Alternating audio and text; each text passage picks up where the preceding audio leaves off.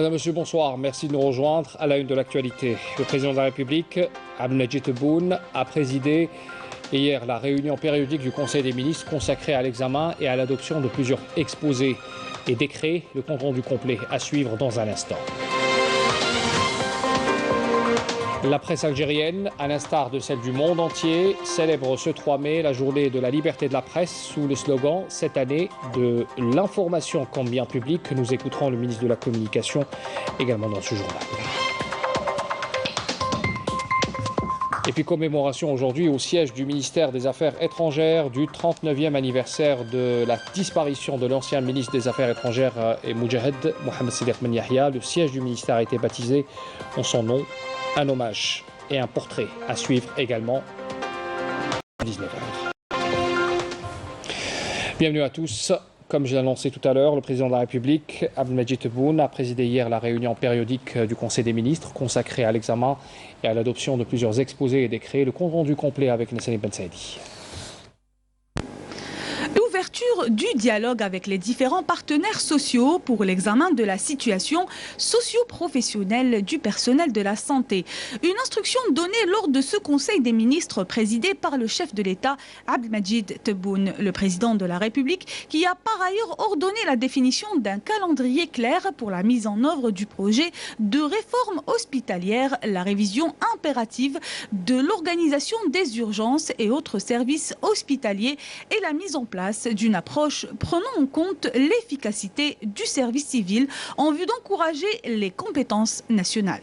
D'autres projets ont été validés lors de ce Conseil des ministres touchant le secteur de l'éducation nationale où le chef de l'État a insisté sur l'engagement d'un dialogue avec les différents partenaires sociaux pour améliorer la situation socio-professionnelle des employés et revoir également le statut particulier de l'enseignant.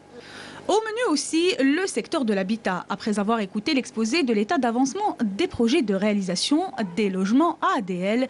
Le président de la République a instruit à cet effet d'accorder une importance accrue au parachèvement de tous les projets de réalisation de logements, toutes formules confondues. Il sera question aussi d'accélérer le lancement de la Banque de l'habitat pour une meilleure maîtrise de la politique du logement, ainsi qu'au durcissement des mesures pour contrer toute tentative de détournement des terres agricoles de leur vocation. S'agissant du secteur de l'intérieur des collectivités locales, il a été décidé la mise en place d'un plan de prévention sanitaire à l'occasion des législatives du 12 juin 2021 couvrant les encadreurs, les centres et les bureaux et ce en coordination avec le ministère de la Santé et la suspension totale des activités de terrain des membres du gouvernement avant et durant la campagne électorale. En ce qui concerne le secteur du commerce, Abdelmadjid Tebboune a donné au gouvernement des instructions pour créer un nouveau réseau de statistiques qui devra prendre en ligne de compte la production, l'importation, la consommation nationale et portera sur toutes les communes du pays dans le but de déterminer avec précision les besoins nationaux. Le Conseil des ministres a aussi approuvé sur demande du ministre de la Justice la poursuite de l'examen du texte pour permettre aux jeunes porteurs de projets de créer des start-up suivant un dispositif juridique adapté et simplifié qui favorisera la concrétisation de leurs idées et la valorisation de leurs contributions. En vertu des articles 28 et 29 du décret exécutif 11-106 décrété le 6 mars 2011 comprenant la loi fondamentale concernant les employés attribués à la protection civile et après avoir enregistré une violation du contenu des deux articles cités par certains agents de la protection civile, il a été décidé dans un premier temps de mettre en application les mesures de suspension à l'encontre de 230 agents de la protection civile conformément à l'article 173 de la loi fondamentale relative à la fonction publique avec le lancement d'une poursuite judiciaire à l'encontre des mis en cause. Et puis dans le cadre de la lutte anticorruption, le ministère de la Justice a fait savoir que l'autorité judiciaire est parvenue à saisir bon nombre de biens immobiliers à travers l'ensemble du territoire national. La somme en dinars algériens placée sous séquestre est estimée à près de 53 milliards de dinars algériens, dont plus de 39 milliards de dinars ont fait l'objet de décisions de saisie. Concernant la somme en euros placés sous séquestre également. Elle est estimée à près de 2 millions d'euros, dont plus de 670 000 euros ont été confisqués. Par ailleurs, une somme de plus de 213 millions de dollars américains a été mise sous main et sous séquestre, dont plus de 198 millions de dollars ont fait l'objet de confiscation. Des sommes en devises ont été également saisies de moindre importance. Sachant qu'il s'agit soit d'argent liquide ou de sommes placées dans des comptes bancaires. Et puis concernant les sommes transférées, il a été procédé à la mise sous séquestre de 4 766 véhicules, dont 4 689 véhicules saisis et 6 embarcations maritimes qui ont fait également objet de confiscation. Les biens immobiliers, on en parle également, avec 301 lots de terrains agricoles ou autres qui ont été placés sous contrôle de la justice, dont 214 ont été confisqués. Il a été également procédé à la mise sous séquestre de 119 habitations, 27 locaux et plus de 21 autres bâtisses saisies ou confisquées également, toujours selon le communiqué du ministère de la Justice. La presse algérienne célèbre aujourd'hui la journée de la liberté de la presse sous le slogan cette année de l'information comme bien public. L'Algérie a lancé de grands chantiers de réformes basés sur le renforcement du système législatif et réglementaire, du système de son adaptation aux dispositions de la Constitution ainsi que la maîtrise de la numérisation à travers la dotation en équipement développé. Et à l'occasion de ce 3 mai, le bureau du Conseil de la Nation, à sa tête Salah Goudjid, président du Conseil, a adressé un message à la corporation journalistique, leur souhaitant plus de succès et de réussite, rendant par là même un vibrant hommage aux martyrs du devoir national ainsi qu'aux victimes de la pandémie de la Covid-19. Le Premier ministre, Abdelaziz Jarrad, a également félicité ce lundi la famille des médias à l'occasion de cette journée mondiale consacrée à la liberté de la presse. Il affirme que la presse nationale vit une mutation qualitative imposée par l'environnement numérique et ses enjeux, dont la lutte contre les fake news et l'instauration d'un espace pour un dialogue responsable et équilibré en vue d'éclairer l'opinion publique. Et puis le ministre de la Communication s'est également exprimé à l'occasion de cette journée de la liberté de la presse, ce 3 mai. Je vous invite à écouter sa déclaration. يسعدني في الذكرى 30 لليوم العالمي لحرية الصحافة أن أتقدم للصحافيات والصحفيين في القطاعين العمومي والخاص بخالص التهاني مجددا للجميع دعم الدولة المطلق لحرية الصحافة وحرية التعبير. كما لا يفوتني أن أترحم على أرواح شهداء أسرة الصحافة الذين دافعوا عن شرف المهنة والحق في المعلومات وعن قيم السلم والعدالة خاصة في الظروف الصحية ولعل أحدثها جائحة كوفيد-19. كما أذكر بذات المناسبة أن رئيس الجمهورية جعل من حرية الصحافة مبدأ ثابتا كرسه دستور الفاتح من نوفمبر 2020 بكل الضمانات التي توفر للصحافي مساحة الحرية اللازمة لممارسة مهامه باحترافية وأخلاق. وسعيا إلى مواكبة مستجدات تكنولوجيات الإعلام والاتصال، فإن رئيس الجمهورية جعل من منصات التواصل الاجتماعي وسيلة آنية وتفاعلية يخاطب من خلالها المواطنين أينما كانوا بكل صدق وشفافية.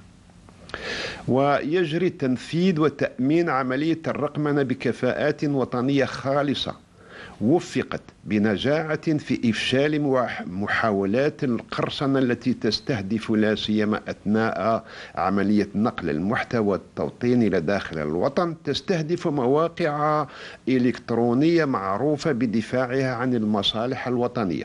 إن الصحافة الجزائرية التي تحيي على غرار الصحافة العالمية مناسبة حرية الصحافة هذه السنة تحت شعار المعلومات كمنفعة عامة تدرك حجم التحديات التي تواجه المهنة في مجال المساهمة في بناء مجتمعات قوية خاصة من حيث توظيف المعلومات الموثوقة لإنتاج وتوزيع محتوى إعلامي احترافي والتصدي للمعلومات المضللة والمغالطات الخطيرة التي تشكل سلاح حروب الجيل الرابع.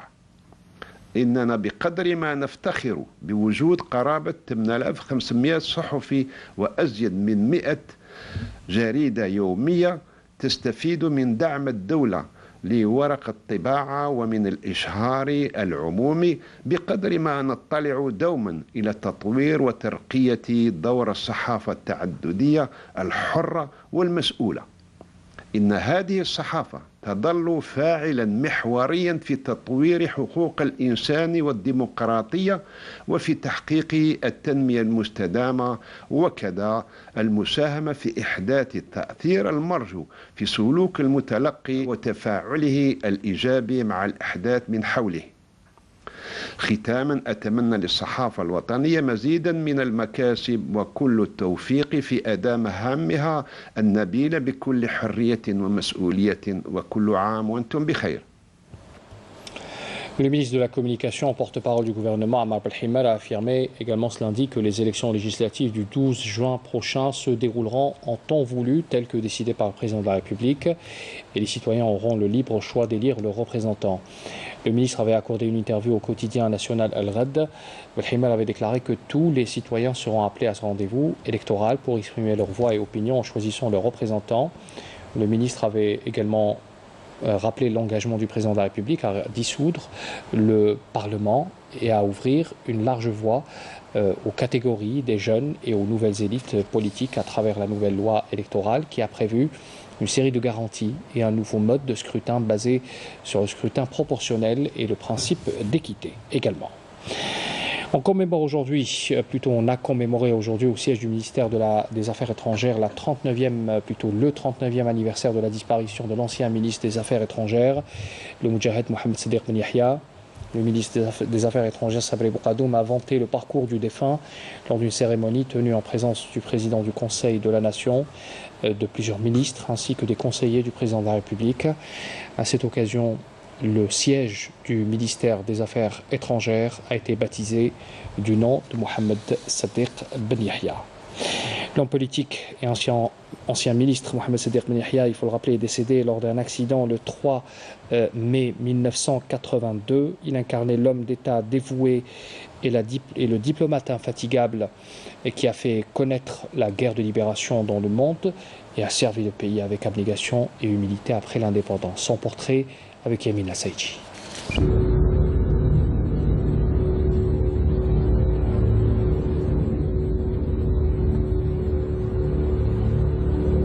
Né le 30 janvier 1932 à Djidjel, cet homme au parcours irréprochable avait marqué l'histoire du mouvement national et celle de l'Algérie, combattante et indépendante.